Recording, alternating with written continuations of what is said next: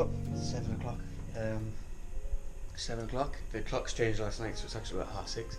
I'm not a morning person at all. So we're gonna get the boat ready. Well, I am gonna spend an hour getting the boat just a little bit more tidied up. Get the lines ready to slip. I think high tide is around an hour and a half, 2 hours from now, or low tide. So we're gonna try and move the boat out on slack, and then see what time we actually want to leave for a sail. We're gonna pop a map up now, so we'll head out of the mouth of the harbour. We'll head south. What we might do then, because there's an easterly or a northeasterly coming through, we might just head maybe due south and just keep going and turn back again. We just want to stretch our legs really. So yeah, I'm gonna tidy up my bed, which is unbelievably comfortable by the way, and get the boat ready. Not anymore. How are you lads? Right, Captain. Or Captain, my Captain. We're moving about 2.5 knots. We get some main up, will we? Like for our anniversary, we went to fishy. I had lobster. Yeah. And I put a bottle of white wine, and Mary doesn't drink wine. Yeah. So I drank the whole bottle. Yeah. Then I went to the pub, and of course I had cider, so that fucking the lobster was going to see it.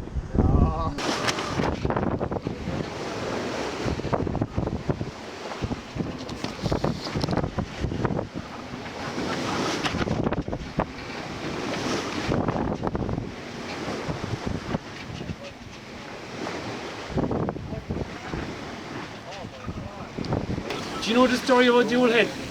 The old head? Yeah. How about it? The Spaniards during the time of the Celts used to call that El Cabo de Luz, the Cape of Lights. Right. And what it was is during the bad weather and all, the locals be lighting a lot of fire on the headland, you know, and be attracting the ship ashore. Yeah. And the ship would be running aground and then slaughter them. Go away. And then fucking rob whatever the cargo. Yeah, they salvaged the cargo. So they called it Cape of Light. It was pure piratery here, like. Back home, sick of the dog. Never again. Anyway, see this.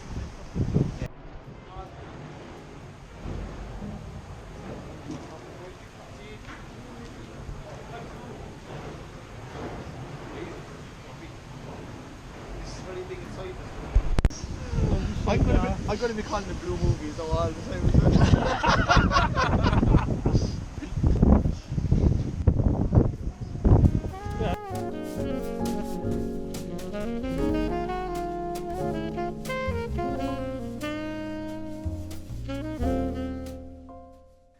I was going to do one of those unboxing videos that people do, where they make you guess what's in the box and then they open the box and but I'm not sure that's going to work here, because it's probably quite, yeah, you probably know what it is already.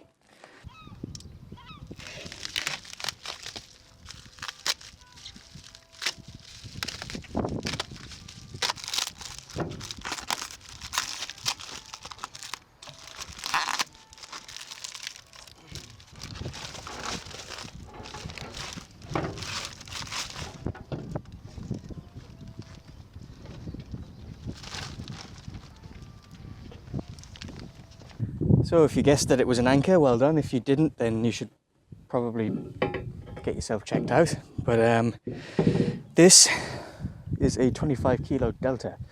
Now, Delta recommend a 15 kg Delta for this size of boat, but because she's steel and she's going to be probably about 12 tons, and the comparable fiberglass boat probably about 8-9 tons, she needed something a little bit bigger. So I'm hoping that this will fit on the bow roller. I did measure and I did cross-check it, and I think it should fit. It'll probably look a bit silly, but yeah, at least this thing's going to hold like stink. I'm well aware that there are actually better anchors out there, especially the Rockner. I think this is a step down from the Rockner, definitely, but it's also a hell of a lot cheaper. I think a comparable size Rockner is the bones of €1,000, if not more. This was about €300, so you know I'm more than happy with this. It's properly heavy. it's a decent, you know, that's not the best, but it's a decent anchor. One of the biggest disadvantages of this specific anchor is it doesn't hold well in rock. So I'm gonna carry a second anchor with a Bruce anchor, which is the claw anchor, which we have on the bow at the moment. I'm gonna carry one of those too, because that will hold pretty well in rock. But this one should hold in mud, it should hold in sand, or any other bottom that you throw at it, it should hold on. So yeah, this should be more than adequate. If down the road and we come across a cheap enough rockner, we'll probably pick that up along the way. But it's never a bad idea to have 2, if not 3 anchors on board.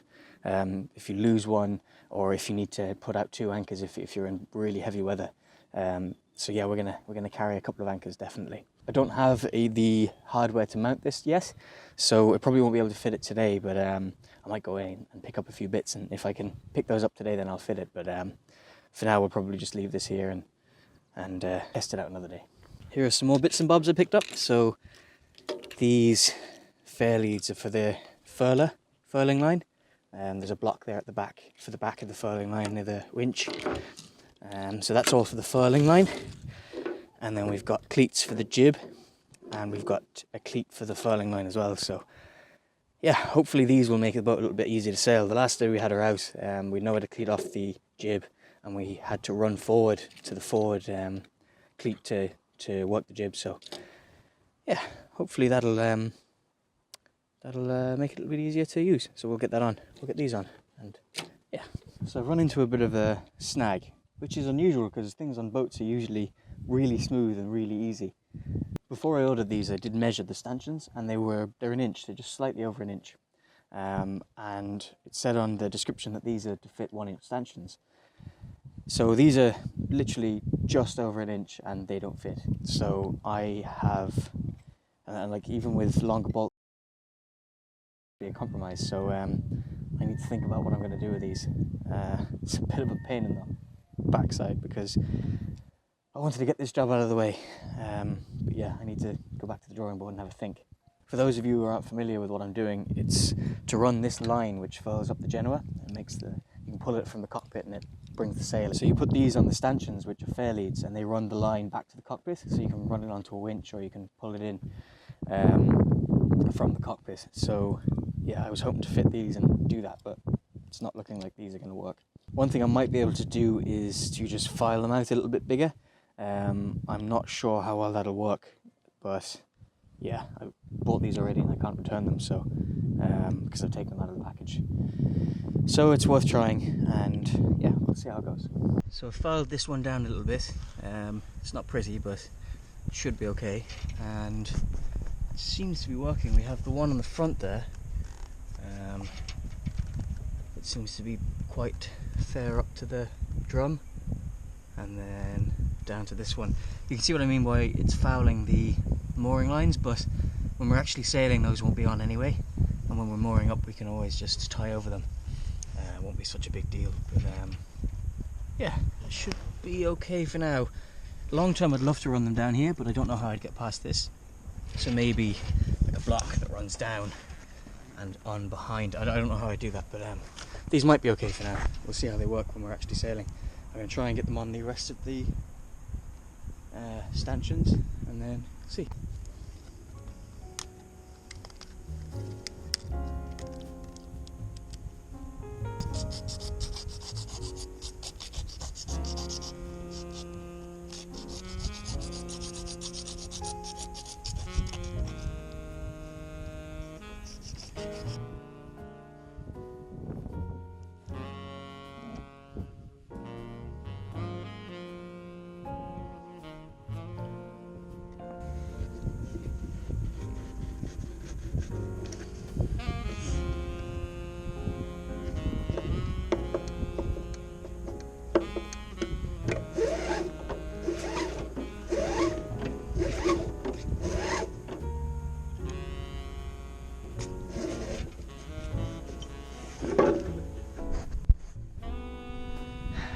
Again, that's not ideal, but I think it might work.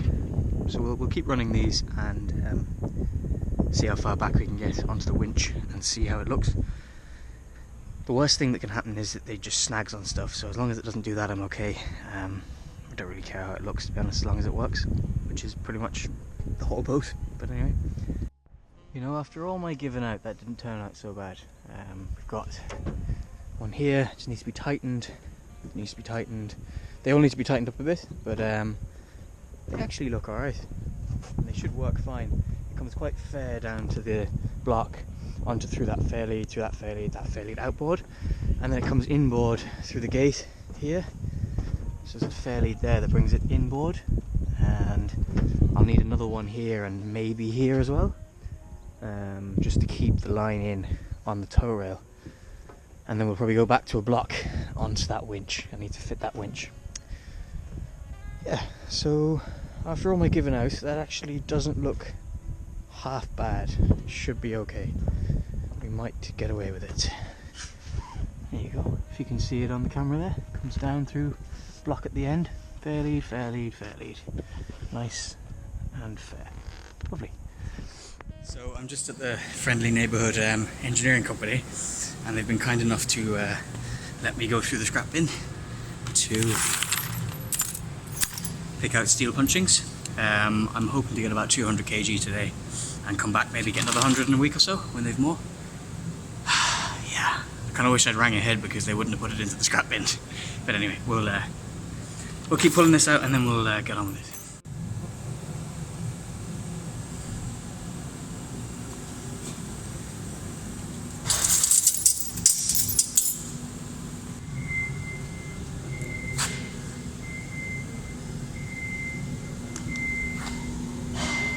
So, as I was saying a little while ago, I went down to the engineering company nearby and they have a punch, and I managed to get these punchings out of the scrap bin. So the plan is to fill up these bottles. So these should weigh about 35 kilos each, and I want to put about 10 in the keel. So I have 4 of them now, and I've been saving these bottles over time, about 5 or 6 more in both.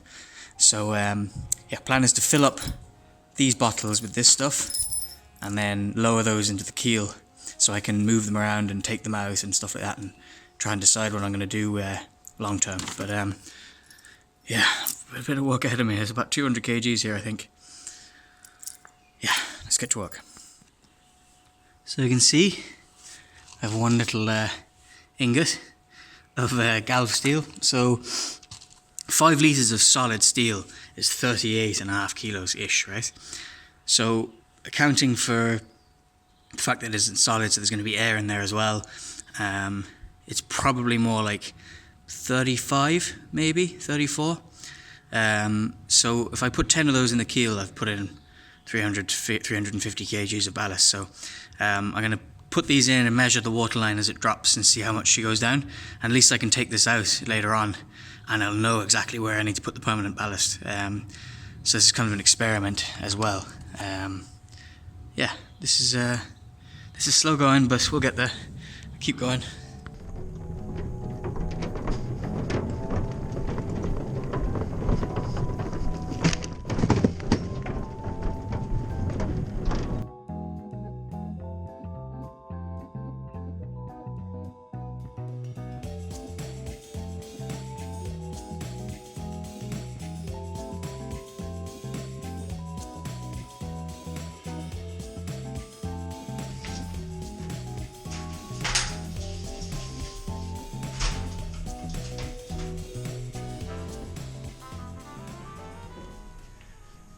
So I've put 4 of those in the keel.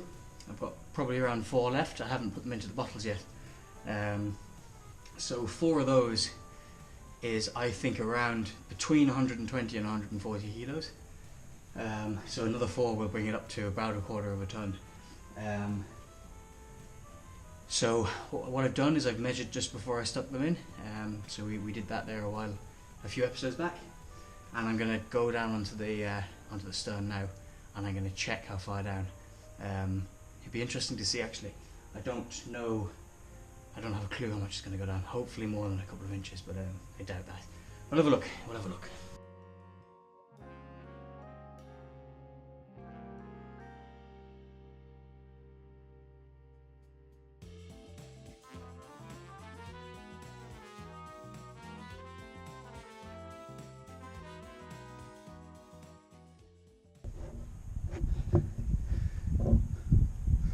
moved very little, like not even about half an inch. So 120 kilos, so it's about a quarter of a ton per inch. Yeah, hopefully this will make a difference now when the weather comes through this weekend and she won't be flying around the place. But all I can really do now is go and put more ballast into bottles and stick it in the keel.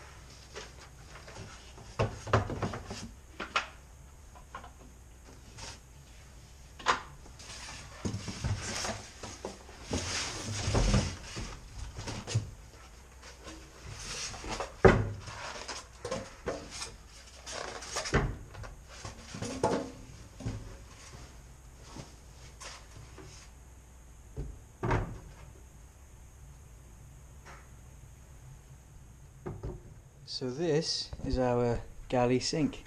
I went for a nice deep one so that you fill it, you're only supposed to fill it up a little bit, and it doesn't slosh over when the boat's heeling. And this one is actually designed to be undermounted or flush mounted. So what I'm actually going to do, if we go over to the galley, is cut out the shape of the sink, and then route the lip. So route this lip out in of the plywood, and then sit the sink down into it. And then when we put the countertop on top of this, when we get our composite countertop on top, it'll be flush mounted, and it will be, well, it won't be flush mounted, but there'll be a lip here, and then we'll be able to put like a chopping board and use this as a space, and a chopping board as well. So that's the plan. So I will cut this out and route the trench and see how it looks. So they've given us this little template, which I assume is the outline that I need to cut out. So I just want to double check that. So cut around this line, put it down on top of the counter surface and cut it out. So yeah. It's actually quite a nice size. I marked out, you might be able to see, I marked out a few different sizes to see what was best. So it's like 275 square, kind of very small, and I ended up going for this one. So I found one that was kind of close to that and went for it. So I suppose we'll cut that out and double check it.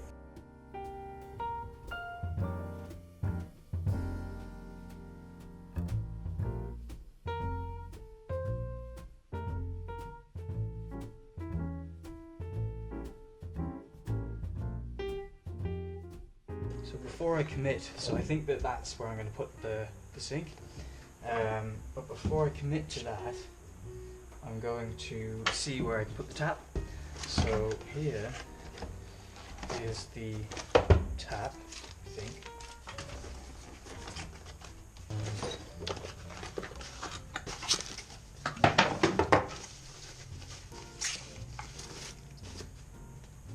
Assume that's the mixer.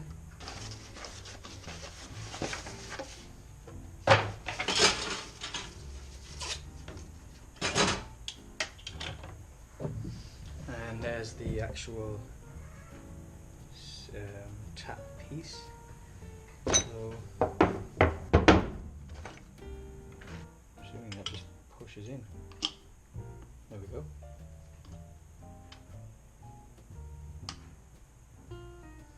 Like that. And then tighten it up.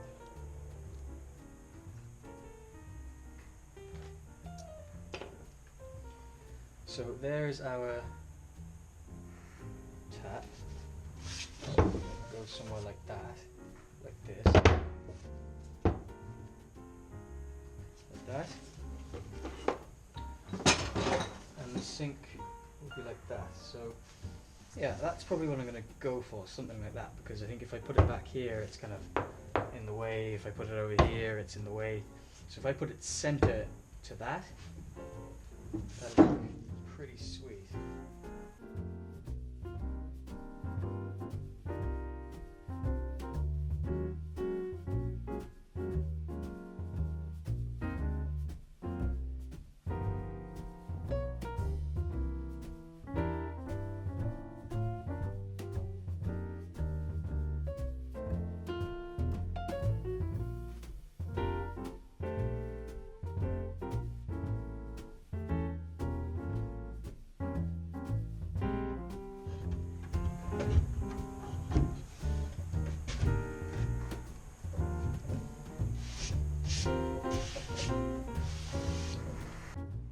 So roughly got this in position, so I'm happy enough with how that looks. So you have to remember as well, there's going to be fiddle around here.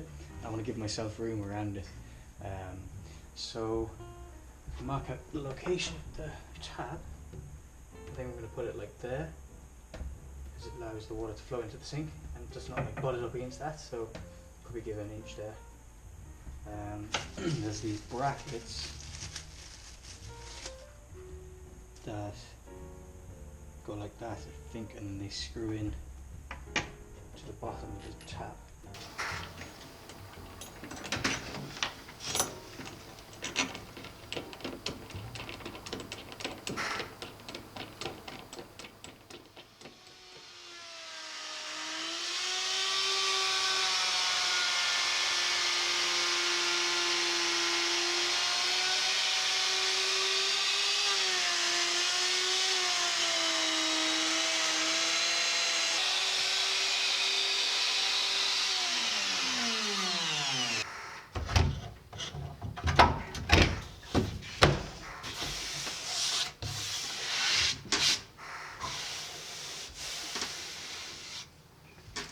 So it's not perfect, but it's mostly flush, a little bit shy of flush in that direction, which means it'll give it a bit of room for sealant.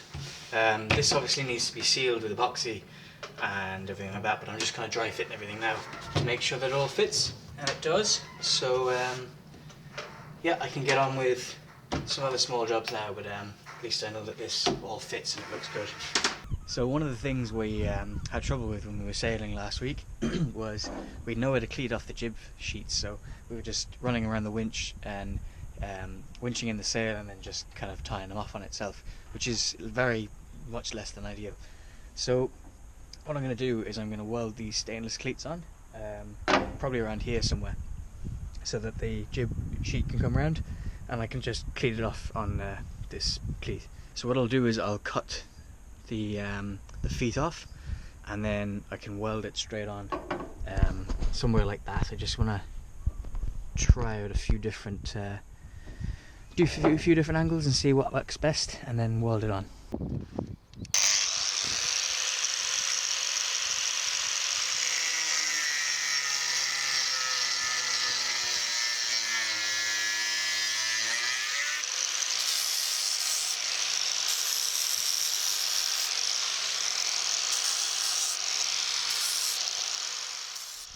So I've nipped off the feet and I've rounded them off a bit, so I think I'm going to weld them in at around that angle there. I'm going to bring the sheet back onto the winch and then we'll see what it looks like, but it just means I can run the weld around there nice and tidy, and yeah, that'll look good.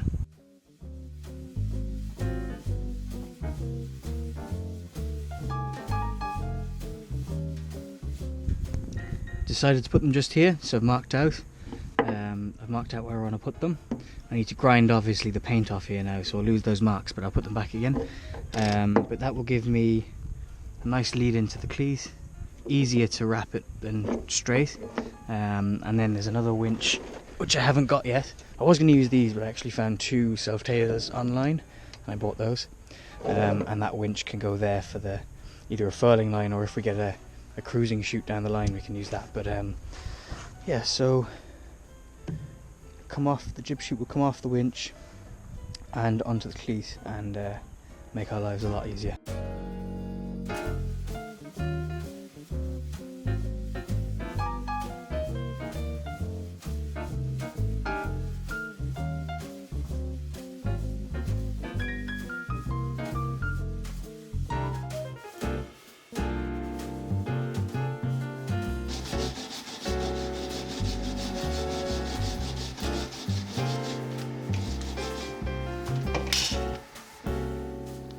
It's not too bad. I started off with the 3.2 mil rods and I changed on to 2.6 and made a huge difference. It's a lot easier to weld, but that's pretty much on there now, and all it needs is a quick tidy up and paint and it's done. So time to do the other side.